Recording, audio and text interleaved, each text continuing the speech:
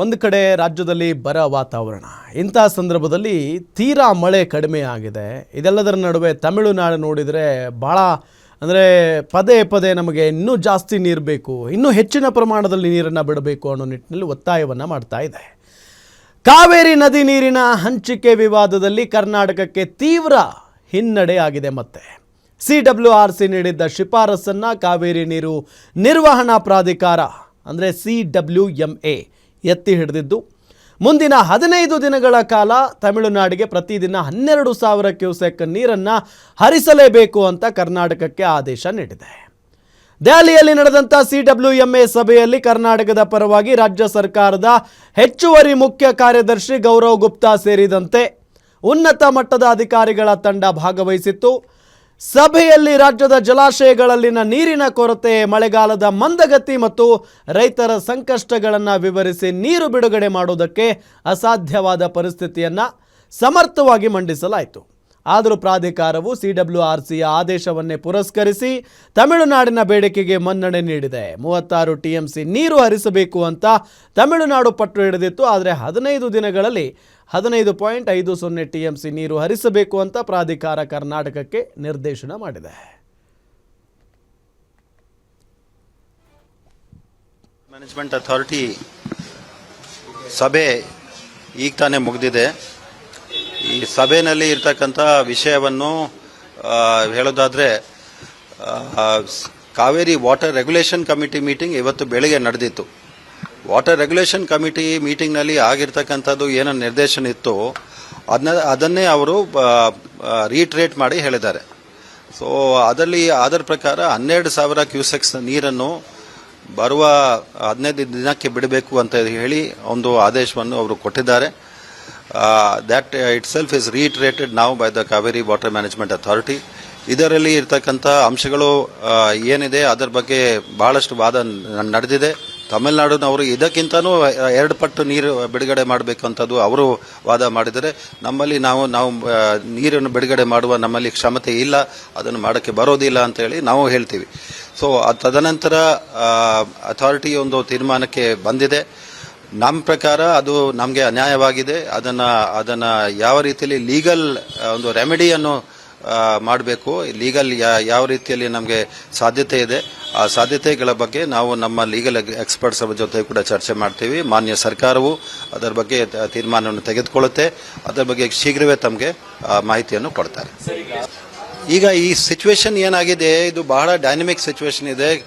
ಹೋದ ಸಮಯದಲ್ಲಿ ಆಗಿರ್ತಕ್ಕಂಥ ಆದೇಶ ಏನಿತ್ತು, ಮೇಲ್ನೋಟಕ್ಕೆ ನಮಗೆ ಅನ್ಯಾಯ ಆಗಿದೆ ಅಂತ ನಾವು ಹೇಳಿದಾದರೂ ಕೂಡ ತದನಂತರ ಕಬಿನಿನಲ್ಲಿ ಹೆಚ್ಚಿನ ಮಳೆ ಆದವಾಗ ನಾವು ಅದನ್ನು ನಿಭಾಯಿಸಲಿಕ್ಕೆ ನಮಗೆ ಸಾಧ್ಯವಾಯಿತು. ಮುಂಬರುವ ದಿನಗಳಲ್ಲಿ ಕೂಡ ಯಾವ ರೀತಿಯಲ್ಲಿ ಅದನ್ನು ನಿಭಾಯಿಸಲಿಕ್ಕೆ ಆಗುತ್ತೆ, ಈ ಕ್ಷಣದಲ್ಲಿ ನಮಗೆ ಖಂಡಿತ ಅದರ ಬಗ್ಗೆ ಕಷ್ಟ ಸಾಧ್ಯ ಅಂತ ಹೇಳಿ ನಾವು ಎನ್ಕೊಂಡಿದ್ದೀವಿ. ಸೊ ಈ ವಿಷಯ ಬಗ್ಗೆ ಬೇರೆ ಬೇರೆ ಆಯಾಮಗಳಿದೆ, ಬೇರೆ ಬೇರೆ ಡೈಮೆನ್ಷನ್ಸ್ ಟು ದ ಪ್ರಾಬ್ಲಮ್. ಅದನ್ನು ಎಲ್ಲವನ್ನು ಸಮಗ್ರವಾಗಿ ಪರಿಶೀಲನೆ ಮಾಡಿ ತದನಂತರ ಅದರ ಬಗ್ಗೆ ಏನು ಲೀಗಲ್ ರೆಮಿಡಿ ಇದೆ, ಕಾನೂನು ದೃಷ್ಟಿಯಿಂದ ನಾವು ಏನೇನೋ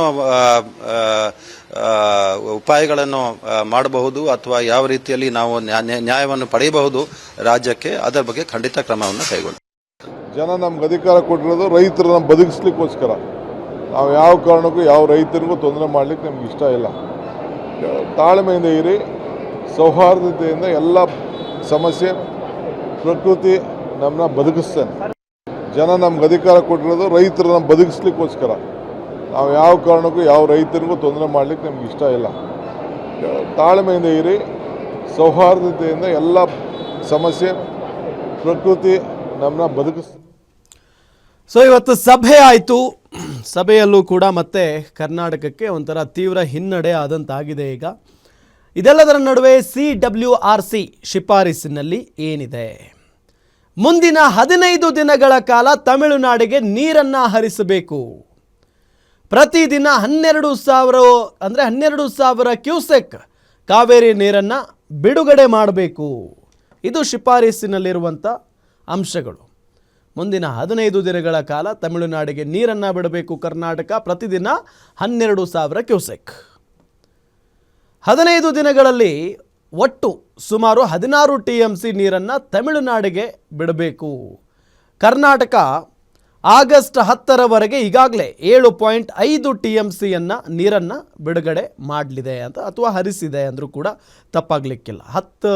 ಅಂದರೆ ಆಗಸ್ಟ್ 10ರವರೆಗೆ ಈಗಾಗಲೇ 7.5 TMC ನೀರನ್ನು ಕರ್ನಾಟಕ ತಮಿಳುನಾಡಿಗೆ ಹರಿಸಿದೆ.